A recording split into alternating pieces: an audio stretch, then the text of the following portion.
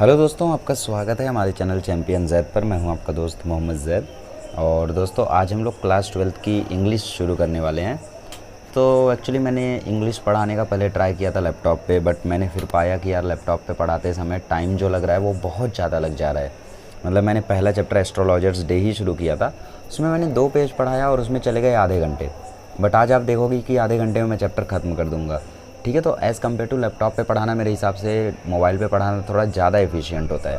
But at the same time मैं ये भी एक्सेप्ट करता हूँ कि लैपटॉप पे हो सकता है आपका फोकस ज़्यादा बेहतर बनता। बट दोस्तों, मैं आपको कोशिश करूँगा कि बहुत ही अच्छे से फ़ील दूँ ताकि आप लोग अच्छे से समझ सको कि चैप्टर में मतलब किस तरीके से इस लेक्चर में कॉन्सेंट्रेट करना है। तो इसका सबसे पहला मेथड और सबसे क्लियर मेथड तो ये है कि आप टेक्स्ट बुक लेकर बैठो। और दूसरी बात, आप मोबाइल में मेरा लेक्चर ऑन करो और टेक्स्ट बुक को रख दो साइड में। ठीक है, मतलब लेक्चर ऑन करा और मोबाइल को साइड में रख दिया, मोबाइल को अपने साइड में रख दिया और टेक्स्ट बुक में आप लोग पढ़ना शुरू करो। जैसे जैसे मैं रीड करता हूँ वैसे वैसे टेक्स्ट बुक में आप लोग लाइन को फॉलो करो। जैसे जैसे मैं किसी वर्ड का मीनिंग बताता हूँ वैसे वैसे आप करते चलो। ठीक है, ईयरफोन लगा लो, अपने कान में ईयरफोन लगा लो और उसके बाद टेक्स्ट बुक में आप लोग देखते चलो। मतलब ऐसा समझो कि जैसे आपको सिर्फ ऑडियो सुनाई दे रहा है, आपको वीडियो में कुछ दिखाई नहीं दे रहा है।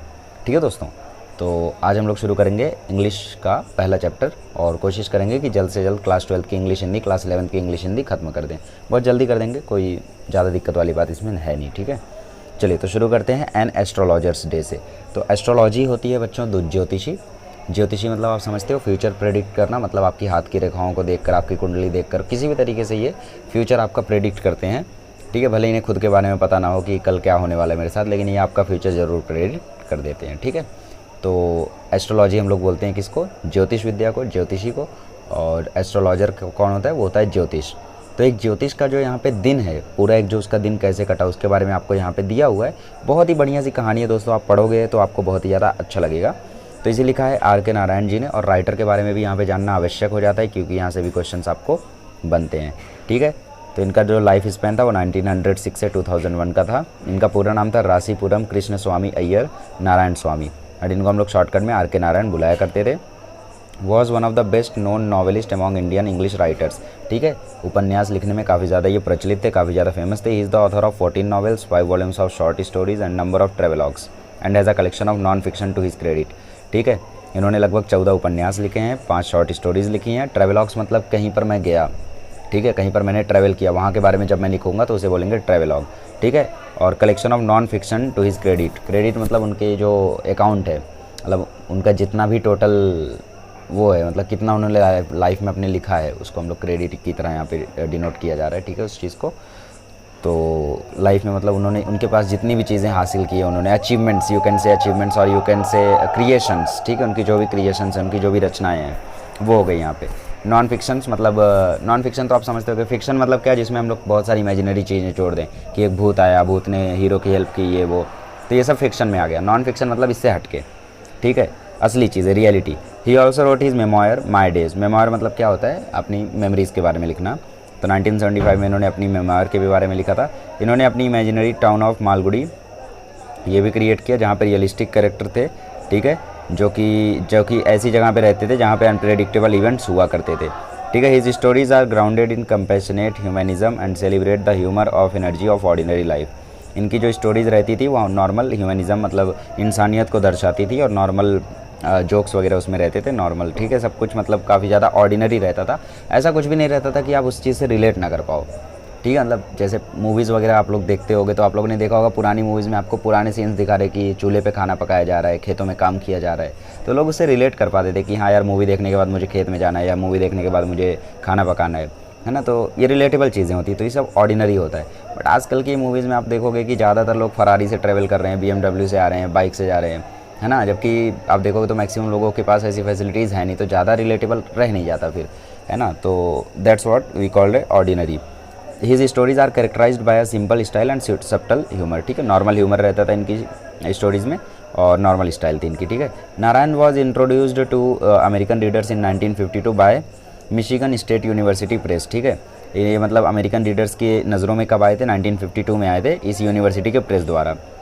जिसमें Swami and friends, bachelor of arts, dark room, astrologer's day भी इसी का पार्ट है, and other stories, mister Sampath, financial expert, waiting for the Mahatma, the guide and many other book, ये सारी बुक्स इन्होंने लिखी थी।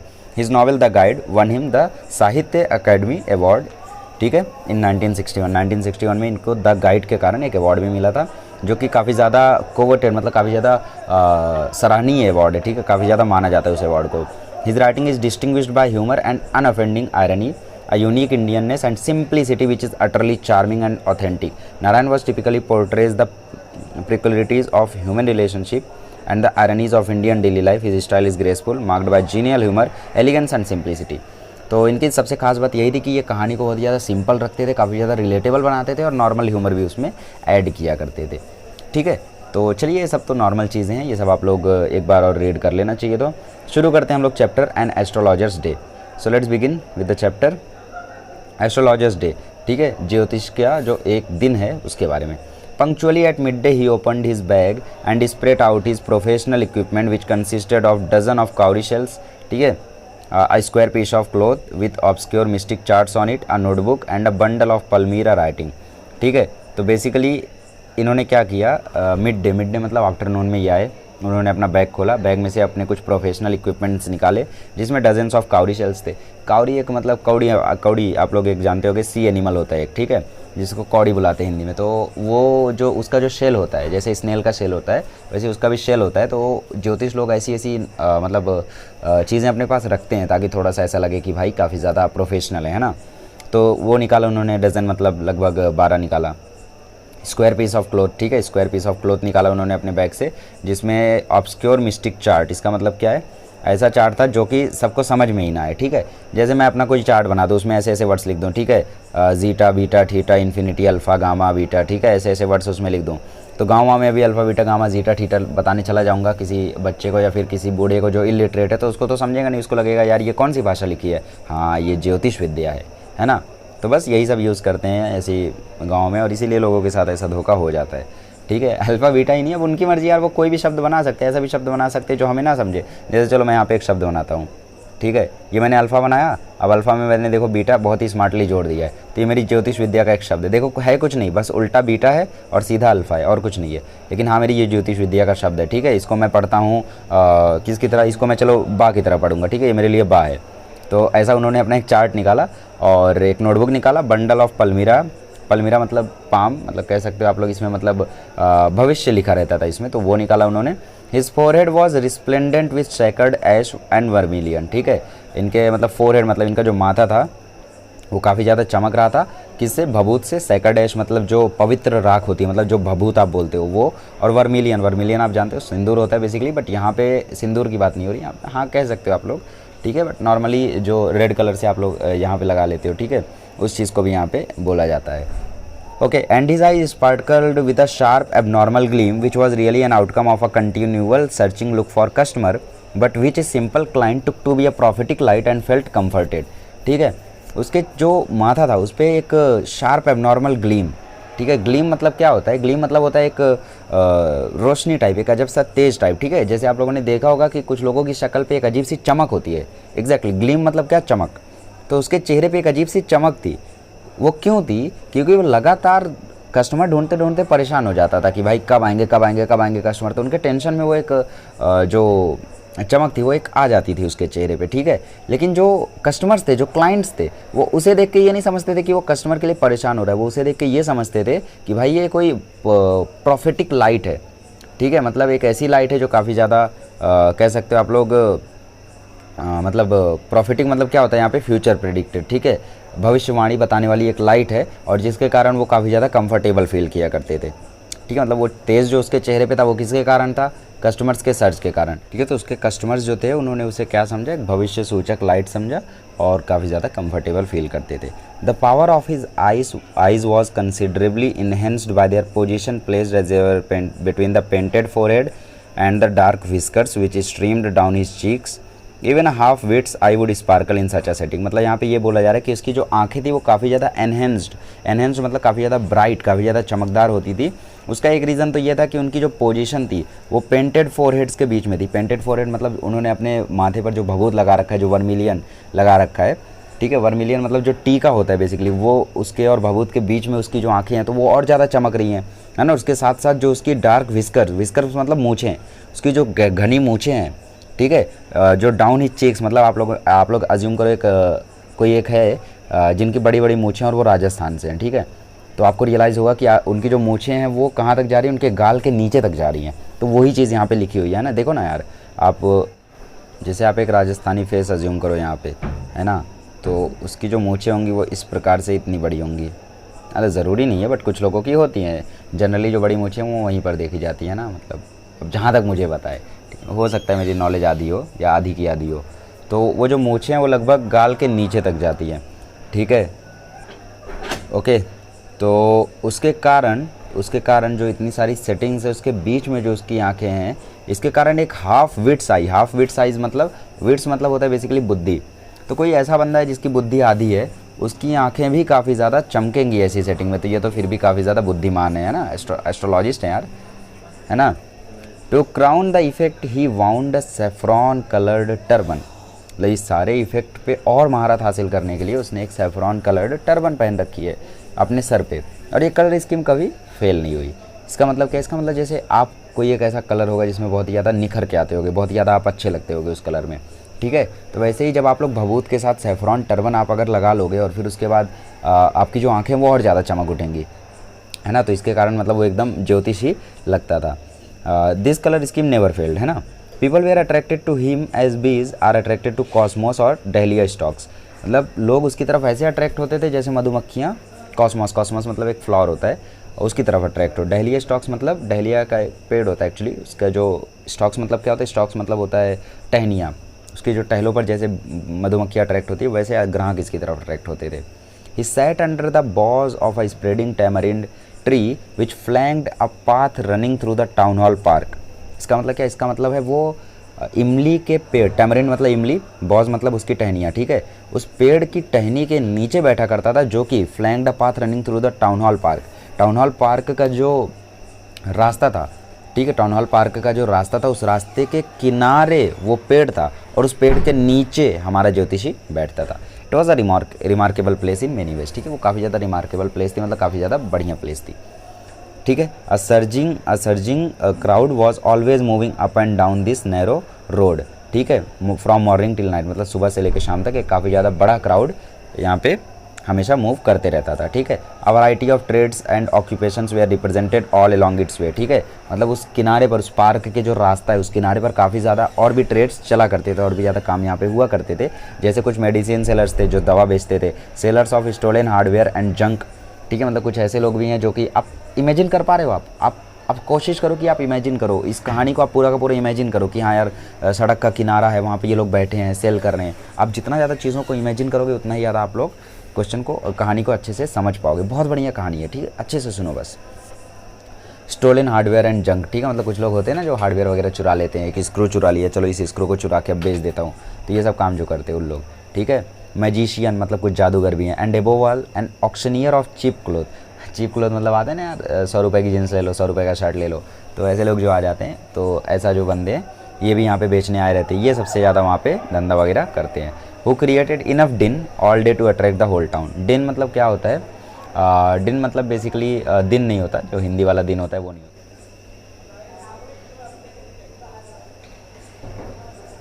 दिन क्या होता है बच्चों, दिन होता है शोर, ठीक है, मतलब दिन में सबसे ज़्यादा शोर उसी की दुकान पे हुआ करता था, और उस शोर के कारण पूरा टाउन जो है वो अट्रैक्ट हो जाता था, ये मतलब है इस लाइन का।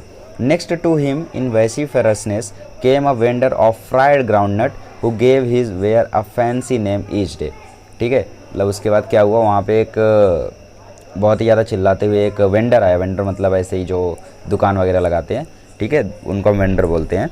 फ्राइड ग्राउंडनट वाला मतलब, फ्राइड ग्राउंडनट मतलब होता है मूंगफली, फ्राइड मतलब उसे फ्राई करके, जो शिंगदाना आप जानते होगे, ठीक है, तो उस चीज़ को बेचने के लिए एक वेंडर आया, और वो अपने सामान को मतलब मूंगफली को जो उसने फ्राई करके लाई है उसको हर दिन एक अलग नाम देता था।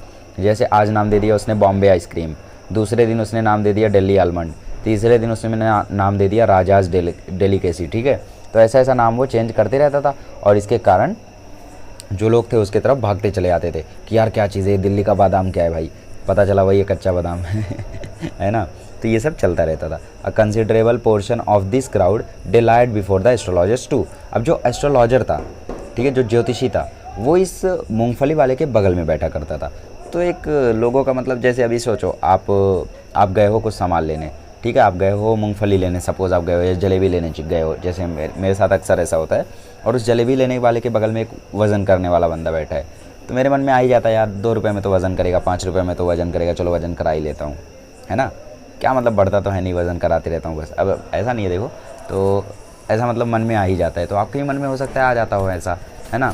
तो ऐसे ही वज़न ही नहीं, बहुत सारी चीज़ें ऐसी होती हैं जो अगर आप एक पर्टिकुलर सीन के साथ जुड़े रहो तो आपको थोड़ा सा बेनिफिट हो जाता है। अब जैसे वो वज़न कराने वाला कहीं से सड़क पे बैठा रहेगा तो मेरा मन नहीं करेगा, लेकिन अगर मैं वहाँ पे खड़ा हूँ, और स्पेशली तब जब जलेबी वाला बोल रहा है कि अभी थोड़ा टाइम लगेगा, है ना, या फिर मैं सपोज़ गया हूँ आइसक्रीम लेने, तो वो बोल रहा है मैं आइसक्रीम लेके आता हूँ, तो मैं सोचूंगा चलो यार वज़न करा लेता हूँ। तो वही यहाँ पे भी सीन था। यहाँ पे मूंगफली वाले के बगल में ये जो ज्योतिषी था वो बैठा करता था। तो लोग क्या करते थे, इस ज्योतिषी की तरफ थोड़ा सा टर्न अराउंड हो जाते थे। डिलाइड मतलब बस ऐसे ही wasting time, just hanging around, ठीक है, मतलब एक जगह पर खड़े होकर बस टाइम वेस्ट करने वाले। जैसे मैंने बोला कि जलेबी वाले ने बोला कि भाई आपकी जलेबी बन रही, थोड़ी देर में आएगी, तो मैं टाइम कैसे वेस्ट करूँ, चलो वज़न करा लेता हूँ, इतना अच्छा टाइम पास है। तो बस वैसे ही एस्ट्रोलॉजर के पास भी लोग आ जाया करते थे। The astrologer transacted his business by the light of a flare which crackled and smoked up by the light of flare which crackled and smoked up above the ground nut heap nearby। ठीक है, astrologer जो था वो अपना business किसकी मदद से चलाता था, उस फायर की मदद से चलाता था। ठीक है, फ्लेयर मतलब वो आग जो है बेसिकली, जो कि ग्राउंड नट वाले के यहाँ से जो लगी हुई है। ठीक है, हीप मतलब क्या होता है, हीप मतलब होता है ढेर। ठीक है, तो ग्राउंड नट वाले के ढेर से जो स्मोक वगैरह आ रहा है उसकी हेल्प से ये थोड़ा सा एस्ट्रोलॉजर अपना काम करता था। अब कैसे करता था वो आगे हम लोग देखते हैं। ठीक है, half the enchantment of the place was due to the fact that it did not have any municipal lighting। the place was lit up by shop lights। मतलब कि जो वहाँ पे इंचेंटमेंट हुआ करता था, मतलब जो वहाँ पे एक रौनक बना करती थी, वो इसके कारण नहीं होती थी कि भाई रौनक समझते हो ना आप, रौनक मतलब होता है एक अजीब सी खुशी मिलना। जैसे आपको कभी कभी लगता होगा कि यार आज हवा बहुत अच्छी है, आज हवा जब मुझसे टकरा रही मुझे अजीब सी खुशी हो रही है ना। So that's what we call raunak, आज हवा में रौनक है ना। सो जो रौनक थी उस प्लेस की, तो वो इस कारण नहीं थी कि भाई इस कारण नहीं थी कि म्यूनिसिपल लाइटनिंग उनकी कोई हेल्प कर रहा है। ठीक है, म्यूनिसिपल लाइटनिंग का वहाँ पे कोई भी रोल नहीं था, बस जो दुकानें थी उनकी खुद की अपनी अपनी लाइट थी। तो उन लाइट्स के कारण उस जगह पे इतनी सारी लाइट्स इकट्ठी हो जाती थी कि आराम से एक बढ़िया सी रौनक बन जाती थी वहाँ पे, है ना। जैसे आप 5 लोग कहीं पर बैठ जाओ और वहाँ पे एक लाइट जला लो और फिर उसके बाद जो माहौल बनेगा, है ना, बढ़िया माहौल बनेगा। तो ऐसे ही वहाँ पे भी होता था। सारी दुकानें जब लग जाती थी तो सब लोग अपना अपना क्या करते थे, टॉर्च ऑन करते थे, और सबके टॉर्च से मिलके बहुत ही अच्छा सा उजाला हो जाता था, और फिर सब लोग अपनी रौनक बना लेते थे। और फिर लोग भी वहाँ से गुजर रहे हैं, है ना। वैसे भी लोगों से ही सब बनता है, चाहे वो घर हो, चाहे वो स्कूल हो, चाहे वो कुछ भी हो, सब कुछ लोगों से ही बनता है। अगर लोग ही नहीं है तो वो मात्र एक बिल्डिंग है, मात्र एक सड़क है, ईंट पत्थर की सड़क है बस, है ना, जब तक लोग वहाँ पे नहीं है। So that's what I wanted to say here. Okay, so the place was lit up by shop lights, 1 or 2 had hissing gas light. ठीक है, कुछ लोगों के पास गैस लाइट थी, कुछ लोगों के पास naked flare stuck on poles, मतलब पोल्स पे कुछ लोग अपना मशाल समझते हो ना आप। नेक्ड फ्लेयर का मतलब वही है कि वो मशाल वहाँ पे लगा देते थे, या कुछ भी ऐसा लकड़ी वकड़ी जला के लगा देते थे। ठीक है, कुछ लोग ओल्ड साइकिल लैंप्स का यूज़ करते थे, और कुछ लोग ऐसे थे जो एस्ट्रोलॉजर की तरह अपने बिना लाइट के ही काम करते थे। एस्ट्रोलॉजर किसकी लाइट से काम कर लेता था, मूंगफली वाले के लाइट से। ठीक है, it was bewildering criss cross of light rays and moving shadows. ठीक है, बेविल्डरिंग मतलब क्या होता है, कन्फ्यूजिंग। तो इतनी सारी लाइट्स वहाँ पे थी कि confusing criss cross light rays बन जाती थी, और शेडोज़ भी काफ़ी ज़्यादा मूविंग रहती थी। ठीक है, this suited the astrologer very well. और अब एस्ट्रोलॉजर के पास अगर ऐसा सीन रहेगा तो फिर लोगों को और भी ज़्यादा ऑथेंटिक लगेगा वो, है ना। माहौल के हिसाब से होता है सब कुछ। अब जैसे अगर एक जगह पे जादूगिरी का माहौल बना है तो वहाँ पे जादूगर शूट भी करेगा। अब कहीं ऐसा माहौल है जहाँ पे मस्त पार्टी चल रही है, वहाँ पे जादूगर आएगा, बोलेगा मैं जादू दिखाता हूँ, कोई नहीं देखेगा उसका जादू, है ना। उन्हें तो मस्त डीजे पे पार्टी करनी है। सो माहौल का भी थोड़ा सा फ़र्क रहता है। तो for the simple reason that he had not in the least intended to be an astrologer when he began life. ठीक है, and he knew no more of what was going to happen to others than he knew what was going to happen to himself next minute. अब इस line को देखो, this suited the astrologer very well for the simple reason that he had not in the least intended to be an astrologer. तो उसने कभी ऐसा नहीं सोचा था कि वो एस्ट्रोलॉजर बनेगा जब उसने अपनी लाइफ शुरू की थी। ठीक है, और ना ही उसे अपने बारे में पता था और ना ही दूसरों के बारे में पता था कि दूसरों का क्या होगा या मेरा क्या होगा, कल उसके साथ क्या होने वाला है या मेरे साथ क्या होने वाला है, ये ना मुझे पता है और ना मुझे पता है। ठीक है, इसके बारे में से कुछ भी नहीं पता है। He was as much a stranger to the stars as were his innocent customers. Stars से यहाँ पे उसका कहने का मतलब है कि जैसे स्टार्स देख के कुछ लोग भविष्य बताते हैं कि हाँ यार वो तारा उस तारे से इस तारे को जुड़ के उस तारे से ऐसे तारा तारा मिल जाएगा तो तुम्हारा सितारा बन जाएगा। तो ये सब जो बकवास करते हैं, तो जो एस्ट्रोलॉजर था ना तो उसका कोई कनेक्शन था तारों से और ना ही कस्टमर का। लेकिन ये बात मुझे पता है, एस्ट्रोलॉजर को पता है, तुम्हें पता है, उन इनोसेंट कस्टमर्स को थोड़ी पता है ना। तो वो तो भाई जाएंगे ही।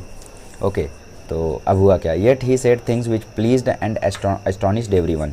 That was more a matter of study practice and shrewd guess work. ठीक है, तो कुछ लोग होते हैं देखो यार जो लोगों को जज करने में बहुत तेज़ होते हैं, स्पेशली वो लोग जो काफ़ी ज़्यादा एक्सपीरियंसड हो। जैसे अगर अपनी लाइफ में आपने सब कुछ एक्सपीरियंस कर लिया है, ठीक है, तो आप किसी की भी शक्ल देख के आप बता सकते हो कि भाई ये बंदा खुश है या ये बंदा परेशान है। क्यों? क्योंकि आपको पता है कि आप इस तरीके से दुखी कब थे, आपको पता है कि आपको इस तरीके की खुशी कब हुई थी। जैसे एक बंदा बहुत ही ज़्यादा उछल रहा है, बहुत ही ज़्यादा कूद रहा है, तो इसका मतलब आप समझ जाओगे कि हाँ यार इसका 100 मार्क्स आया है ना। कैसे? क्योंकि मेरा भी आया था। समझ लो एक बंदा है जो कि अपने 100 मार्क्स आने पे भी खुश नहीं है, तो आप समझ जाओगे कि या तो वो उसके लिए एक नॉर्मल सब्जेक्ट था, उसको पसंद नहीं था वो सब्जेक्ट, तो उसको ज़्यादा खुशी नहीं होगी, हाँ यार आ गया, ठीक है। या तो फिर दूसरा रीज़न क्या है कि वो छाप के लाया है। तो दो में से एक चीज़ आप मार दो, तो ये श्रीवुड गेसवर्क इसे हम बोलेंगे, मतलब जज करने में, गेसवर्क तुक्का मारने में काफ़ी ज़्यादा तेज़ है ना। तो आप थोड़ा बहुत साइकोलॉजी से यहाँ पे खेल सकते हो। तो ये साइकोलॉजी का खेल थोड़ा बहुत मैं भी जानता हूँ बट ऐसा नहीं है कि मतलब थोड़ा बहुत ही आता है, 1% आता है बस, है ना। तो ऐसे आप लोग भी थोड़ा बहुत प्रैक्टिस कर करके सीख सकते हो। तो यही सब कर करके वो एस्ट्रोलॉजर बना है, बाकी उसे आता जाता कुछ नहीं है, यहाँ पे यही कहा गया है। All the same it was as much as honest man's labour as any other and he deserve the wages he carried home at the end of the day. ठीक है, तो यहाँ पे ये बोला गया है कि उसकी जो भी कमाई होती थी, वेजेस मतलब जो कमाई हो रही है, ठीक है, वो डिज़र्व करता है एक्चुअली, क्योंकि मतलब वो ऐसी बातें बोलता था जो लोगों को पसंद आती थी। ऐसा नहीं था कि मतलब लोग उसकी बातों से निराश हो या फिर उसकी बातों से वो करे, मतलब क्या बोलते हैं उसको, कि उसकी बातों से हाँ में हाँ ना भरें, ऐसा नहीं होता था, इनकार करें, ऐसा नहीं होता था। वो हमेशा उसकी बातों से एग्री करते थे कि हाँ यार सही बोल रहा है। एक्चुअली देखो कुछ कुछ चीज़ें ऐसी होती हैं जो हम लोग मतलब आपके बारे में बोले, मैं आपके बारे में बोलूँ, तो उसमें से 10 में से 5 बातें तो पक्का सही होंगी। अब अगर मैं एक एस्ट्रोलॉजर हूँ तो इतने साल से अगर मैं कर रहा हूँ एस्ट्रोलॉजी, तो मैं तुम्हारी शक्ल देख के बता दूंगा कि भाई तुम्हें क्या प्रॉब्लम है, तुम्हें क्या चाहिए, तुम्हें क्या मिला है, क्या दिक्कत है, सब बता दूंगा मैं तुरंत, है ना। तो ये सब बस एक्सपीरियंस का मैटर है, प्रैक्टिस का मैटर है। So that's it. He had left his village without any, ठीक है, तो बस वही था वहाँ पे। He had left his village without any previous thought और plan. If he had continued there he would have carried out on the work of his forefathers, namely tilling the land, living, marrying and reaping in his cornfields and ancestral home। ठीक है, अगर वो अपने गांव में रहा होता बिना किसी दूसरे थॉट या प्लान के, तो वो वही काम करता जो उसके पापा दादा परदादा ये सब किया करते थे, जो उसके पूर्वज किया करते थे। जैसे लैंड को टाइलिंग करना हो गया, टाइलिंग समझते हो, टाइल्स लगाना, है ना। लिविंग मतलब नॉर्मल अपनी लाइफ जीना, शादी करना और फिर उसके बाद खेती बाड़ी करके एक दिन गुजर जाना, ठीक है, नॉर्मल यही लाइफ वो जीता। लेकिन वो होना नहीं था। He had to leave home without telling anyone and he could not rest till he left it behind a couple of 100 miles। ठीक है, मतलब 200 माइल्स जब तक उसका जो घर था वो नहीं छोड़ गया, तब तक वो उसने रेस्ट नहीं किया। मतलब अपने घर से निकला, किसी को बताया नहीं, और अपने घर से भाग गया एक दिन, क्योंकि उसे वो काम नहीं करना था जो काम उसके पूर्वजों ने किया है। ठीक है, वैसा बोला जा रहा है यहाँ पे। तो वो तब तक नहीं रुका जाने के बाद जब तक 200 माइल कंप्लीट नहीं हो गया। To a villager it is a great deal as if an ocean float between. ठीक है, काफ़ी ज़्यादा बड़ी बात होती है एक विलेजर के लिए। मतलब आप सपोज़ गांव में रहे हो बचपन से, तो आप अगर गांव से ऐसे भागना चाहते हो एक्टर बनने के लिए या सिंगर बनने के लिए, डांसर बनने के लिए, मॉडल बनने के लिए, अक्सर लोग इन्हीं सब चीज़ों के लिए भागते हैं, तो मुझे यही पता है। तो ये काफ़ी ज़्यादा मतलब जैसे सुनामी आने जैसा है ना। जैसे बीच में कोई ओशन फ्लो कर गया हो, ऐसा होता है। ये बहुत बड़ी बात होती है। आप शहर से भाग जाओ उतना ज़्यादा उतनी बड़ी बात नहीं होगी, क्योंकि नॉर्मल चीज़ें यार, शहर में जाते हैं, खो जाते हैं, मिल जाते हैं, ये वो चलते रहते हैं। लेकिन गांव का एक बच्चा जो एक्टर वैक्टर बनने के लिए ऐसे भाग जाए तो बहुत बड़ी बात होती है। तो वैसा हुआ, इसने अपने बचपन में ही जो अपना गाँव था वो छोड़ दिया। बचपन मतलब पता नहीं क्या एज थी, देखते हैं। ठीक है, अपना गाँव छोड़ दिया और 200 माइल तक चला, फिर उसके बाद रेस्ट लिया और फिर ज्योतिष बन गया। He had working on analysis of mankind's troubles, marriage, money and the tangles of human ties। ठीक है, long practice has sharpened his perception। Within 5 minutes he understood what was wrong। He charged 3 pies per question। Okay, तो वो क्या करता था, मतलब लोगों की जो परेशानियाँ है उसके ऊपर थोड़ा सा एनालिसिस करता था। मतलब जैसे मैं अभी अगर कोशिश करूँ तो सबसे पहले तो मैं अपने बारे में जान लूँ, ठीक है, कि मैं अपनी लाइफ में कब खुश हुआ था, कब दुखी हुआ था, कब ये कब वो, सब कुछ मैं शुरू से लेकर एंड तक याद करूँ। तो मैंने अपने एक्सपीरियंस से काफ़ी कुछ सीख लिया। अब सपोज़ कुछ चीज़ें हैं जो मैंने लाइफ में एक्सपीरियंस नहीं की हैं, ठीक है, तो मैं अगर दूसरे के पास जाऊँगा तो मैं उससे सीखूँगा कि हाँ यार, तुमने जब स्मोकिंग की थी कैसा फ़ील हुआ था, तुमने स्मोकिंग क्विट करने का ट्राई किया था तो कैसा फ़ील हुआ था। ऐसी बहुत सारी चीज़ें होंगी, है ना। तो उससे मुझे उसके बारे में सीख मिलेगी, समझ रहे हो। तो ये सारी चीज़ें मुझे उससे जानने को मिलेंगी। तो उसके बाद क्या होगा, उसके बाद मुझे उसका भी थोड़ा सा एक्सपीरियंस हो जाएगा कि हाँ यार, इस केस में ऐसा होता है, इस केस में ऐसा होता है ना। तो इससे मेरा जो परसेप्शन है, मेरा जो सोचने का तरीका है वो काफ़ी ज़्यादा शार्प हो जाएगा और 5 मिनट में मैं समझ जाऊँगा कि भाई सामने वाले को दिक्कत क्या है। और ये 3 पाइज़, पाइज़ क्या है, बेसिकली करेंसी है एक। पाइज़ होता है जैसे 1 रुपया होता है ना आपके पास, उस 1 रुपये का 192 पार्ट कर दो आप। 1 रुपये का 192 पार्ट कर दो, तो 192 पार्ट में से जो एक पार्ट होगा उसे हम बोलते हैं 1 पाई। ठीक है, पाई पाई का मोहताज बना दूंगा तुम्हें, वही है।